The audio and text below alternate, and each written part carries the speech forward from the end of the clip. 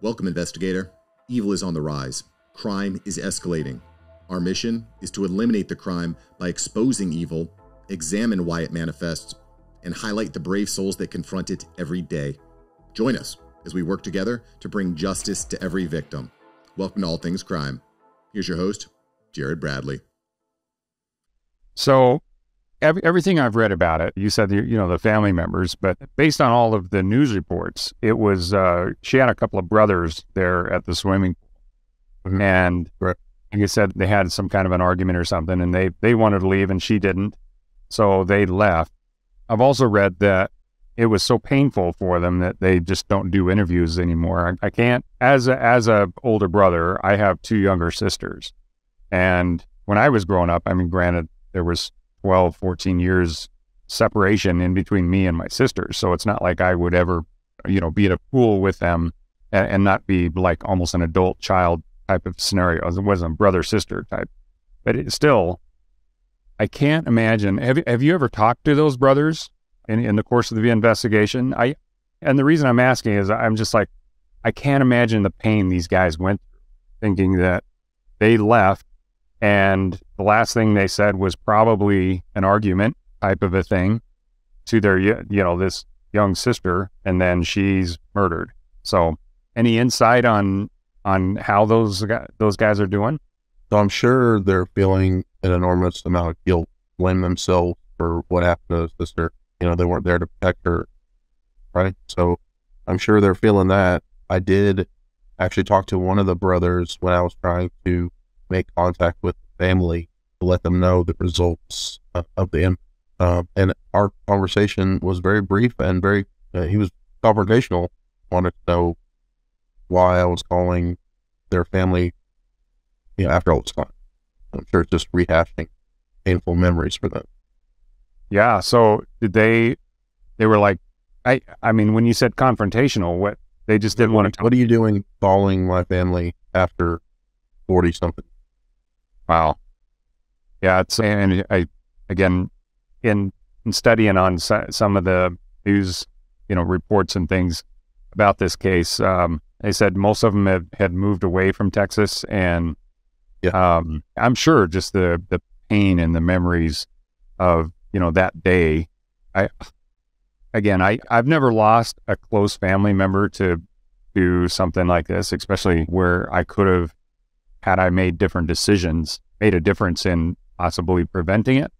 But, in talking to other victims and the victims' families that over the years I've had the opportunity to do, it's just one of those things where, people can really internalize a lot of that guilt and, almost have like survivor's guilt or survivor's remorse. There's different names for it, but how those guys have just beat themselves up through the years. I'm sure the last thing they wanted to do was ever hear from you guys again.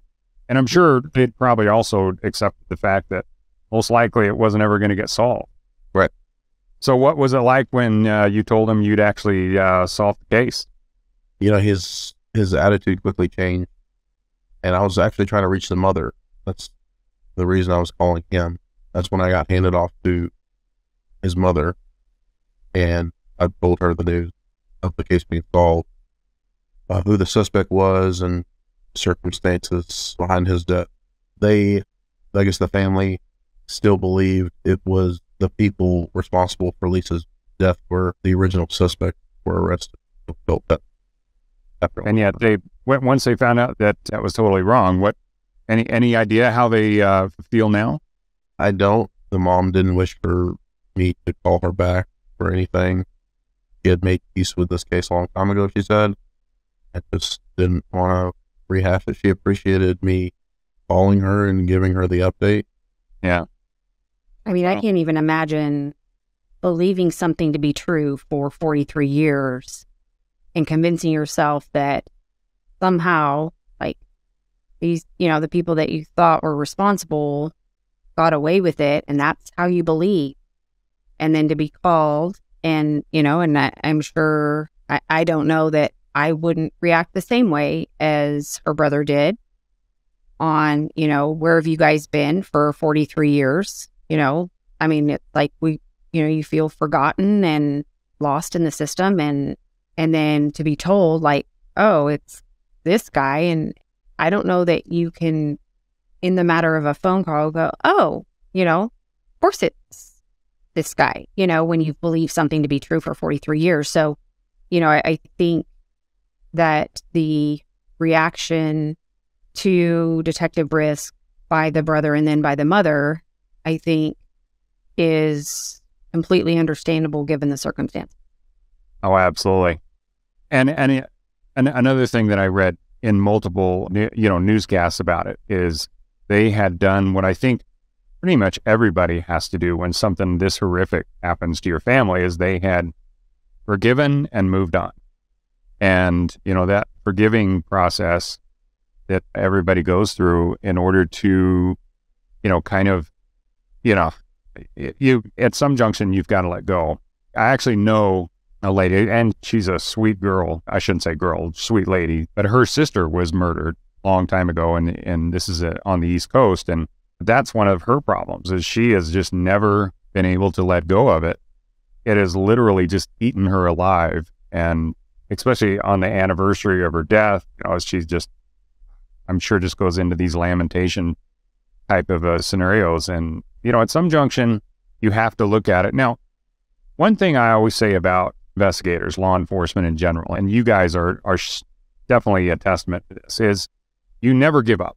And I think it's a feather in the cap of every law enforcement agency that ever, solves a case like this, is that even when the family is they have to move on because they have to live their lives, it still doesn't ever really truly leave the radar of the law enforcement agency that's in charge of it. And, I know as technology gets better and better, more and more cases like this will get solved, and, which is awesome. But the important thing is the human factor of it, which is folks like you are out there, and, you'll bring these cases back up to, it's always in the back of your mind. And, the determination and just doggedness, basically, of folks like you that solve cases, even when they're 43 years old. And, a lot of people have not only moved on, but some people have, even suspects, I imagine, had, some of those were long gone.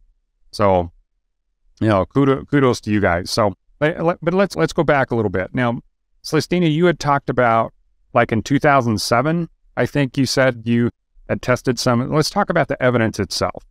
So, as Detective Rizk said, that we established a cold case unit based on a grant, and part of that grant money was used for testing. We contracted with a private lab so that we could test large amounts of items and wouldn't further tax the state lab. And so that was one of the first cases that Detective Duroy asked for us to look at, was Lesia Jackson's case. And so I had pulled out the evidence, which included, a swimsuit, top and bottom, a pair of shorts, and a t-shirt that, similar to what you would wear over your bathing suit as you walk down to the neighborhood pool / swimming hole. And the FBI had processed that evidence in either late 79 or early 80. And because the clothing was deteriorated, and it did look like it had been altered, either like ripped off of her, or the FBI had pieced it back together, and they had used almost like safety pins, but they were like similar to like a safety pin to attach identifiers that they had found semen. Well, like as you had said earlier, there was no DNA. So it's like, hey, semen was detected on her swimsuit bottoms and on her shirt, but that's really all they could detect. And so in 2007, when I laid the evidence out, I swabbed those areas that the FBI had noted that they had biological evidence.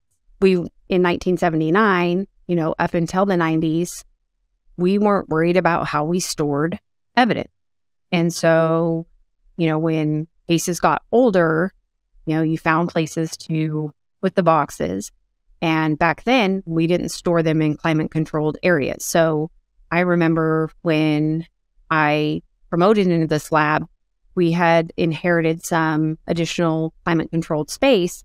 So we had to go and fetch all of our evidence that had been stored in certain areas. And one of those areas was in a cinder block room inside of our Sally port. Well, our Sally port is out.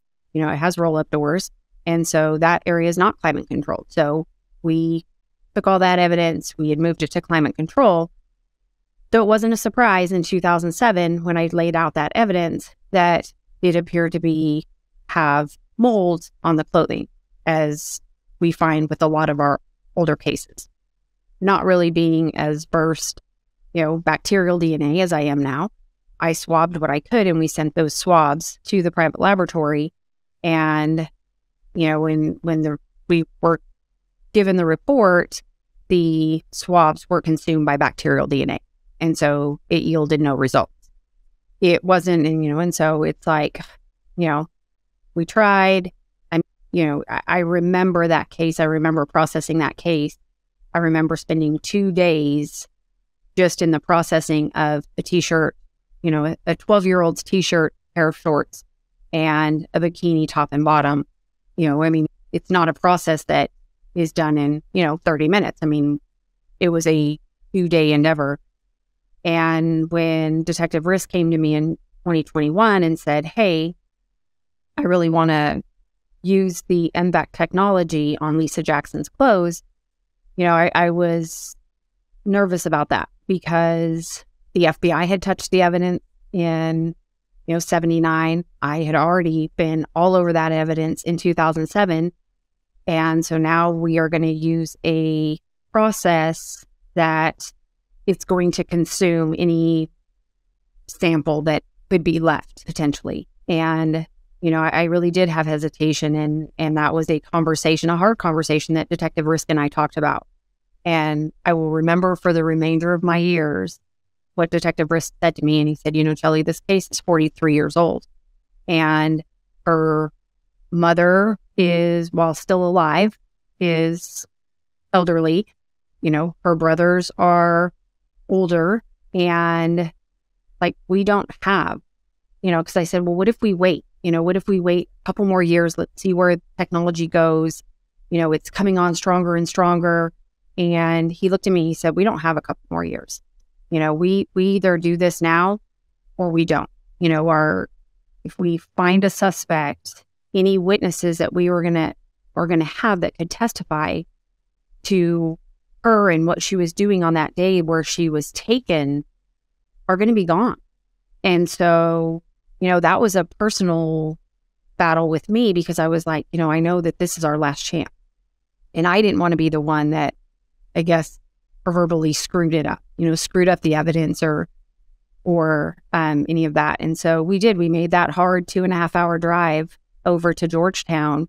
And, I once we got there, and I would be remiss if I didn't give a huge amount of thanks to the Williamson County Sheriff's Office for opening their doors and allowing us to use their technology.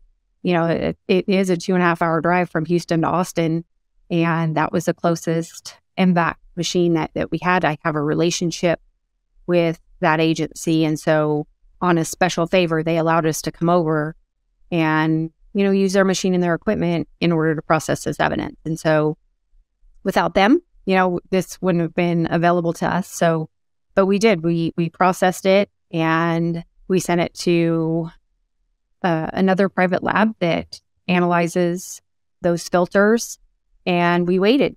And Fadi and I think Fadi originally got the notification that they had DNA results.